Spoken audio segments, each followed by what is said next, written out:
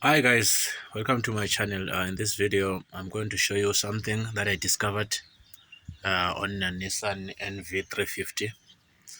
The car had excessive smoke when idling and when accelerating. So when I removed the throttle body, only found that there is oil inside the inlet manifold.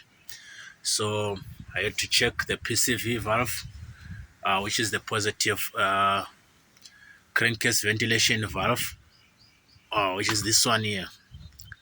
This one here, I removed it to check if it's working properly.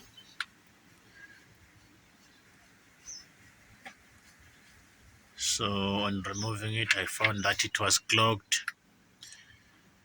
It was stuck open, because if you're shaking it, there is no sound.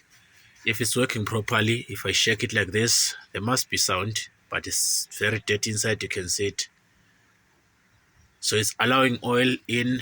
The inlet manifold sucks oil from the tappet cover to the inlet manifold, so that's why it is smoking like this.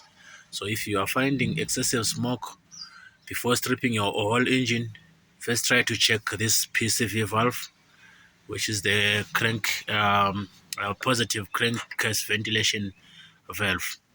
So you first check it, it needs replacing. Thank you.